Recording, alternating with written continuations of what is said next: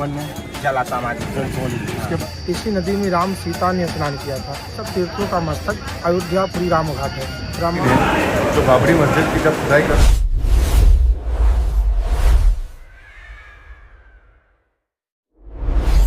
तो फाइनली हम आ चुके हैं। सरयू नदी, ये फाइनली हम आ चुके हैं रामघाट मेन घाट सरयू नदी, जहाँ पे सीता माता और राम भगवान साथ में स्नान किया। जब रावण को मार के आए तो उनके ऊपर पाप लगा था, ब्राह्मण पाप। जैसे हिंदू में गौ को मार दो तो पाप लगता है, गौ हत्या, ऐसे ब्राह्मण पाप। इधर जोड़े के साथ में स्नान होता है। राम भगवान और सीता माता 11,000 वर्ष राज करने के बाद में जब स्नान किया, इधर का मर्यादा होता है, तिलक चंदन लगा के जाता है, गौ का पूजा होता है। अयोध्या नगरी में पूरे 7,500 मंदिर के बीच में एक ही जगह पूजा पाठ होता है। कहीं पे भी जाओगे आपको न बैठना ना कहीं पे उठना। यहाँ पे स्नान करने के बाद में जो भी मनोकामना मांगोगे 1 साल में पूरा होता है। बोलो राजा रामचंद्र भगवान की। ये कुंवारी नदी है, इनका विवाह नहीं हुआ है। यहाँ पे साबुन तेल ये सब नहीं यूज होता है, ये कुंवारी माता है।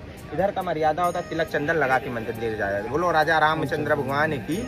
ये यही घाट है ना जहाँ पे राम भगवान ने जला समाधि। इसके बाद लक्ष्मण भैया दोनों नहीं, पहले लक्ष्मण, पहले लक्ष्मण। ये राम घाट है, लक्ष्मण घाट बगल में। आरती होता है यहाँ पे शाम को 7 बजे आरती होता है, 8 बजे तक चलता है। ये गंगा आरती है। ये कुमारी नदी है, यहाँ पे जो भी मनोकामना मांगोगे 1 साल में पूरा होता है। बोलो राजा रामचंद्र भगवान की। जैसे ही हम सरयू नदी पे पहुंचते हैं तो सरयू नदी पे जाने का तरीका कुछ अलग है। तो आपका नाम क्या भैया? हमारा नाम सुनील पांडे है। हम यहाँ के तीर्थ पुरोहित हैं। यहाँ की जानकारी ये है, ये सरयू मैया कुंवारी है। ये हिमालय पर मानसरोवर से आई हैं। भगवान विष्णु के नेत्र से निकली हैं और इनको राम के गुरु वशिष्ठ जी तपस्या करके लाए। इसी नदी में राम सीता ने स्नान किया था और इसी नदी में राजा रामचंद्र वैकुंठ को गए थे। रामायण में तुलसीदास जी ने कहा है कि गंगा बड़ी गोदावरी, गंगा से बड़ी गोदावरी नदी है। और तीर्थ राज प्रयाग, सब तीर्थों का राजा प्रयाग इलाहाबाद माना गया है। और सबसे बड़ी अयोध्या नगरी जहाँ राम लिया होता है। जैसे अपने शरीर में सबसे ऊंचा मस्तक माना जाता है, वैसे सब तीर्थों का मस्तक अयोध्यापुरी राम घाट है।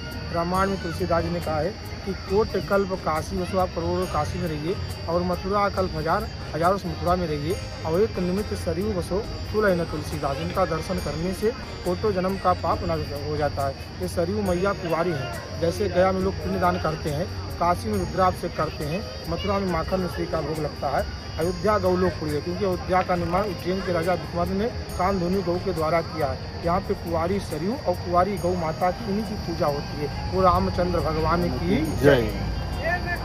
तो जो आपने सुना, कभी भी आप यहाँ पे आते हैं तो जो हमारा, आपका भाई नाम क्या बोला आपने? हमारा नाम सुनील पांडे। तो सुनील पांडे जी ने जो कहा वैसे तरीके से आप यहाँ पे आइएगा।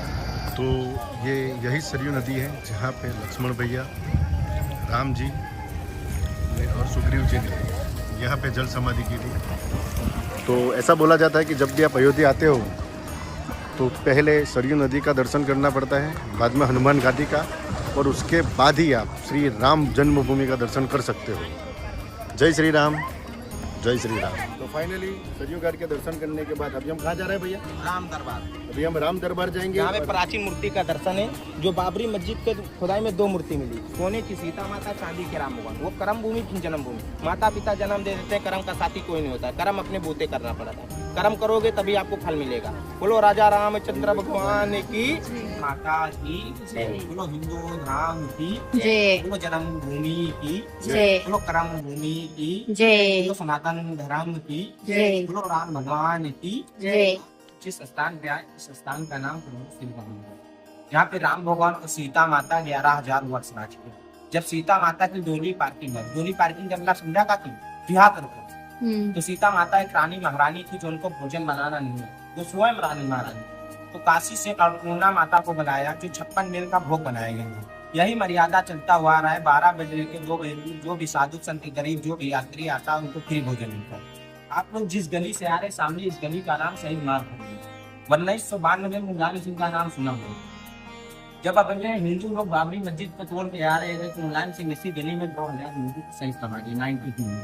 तो अयोध्या के मेन स्वामी 5 लाख हिंदू बुला के 4 घंटे में बाबरी मस्जिद की महाराज जी रामदास गोपाल महाराज जी का नाम सुना, जो महाराज जी 4 घंटे में बाबरी मस्जिद को तोड़ दिया। सरयू नदी पे संकल्प लिया कि जब तक अपना पूरा राम का मंदिर नहीं बन जाएगा तब तक महाराज जी भोजन नमक को नहीं खाएंगे। यही महाराज जी 20 साल हो गया भोजन नमक को नहीं दिया। आप लोग न्यूज पेपर टीवी में देखा होगा, आप अपने आंख से सुन दर्शन करिए।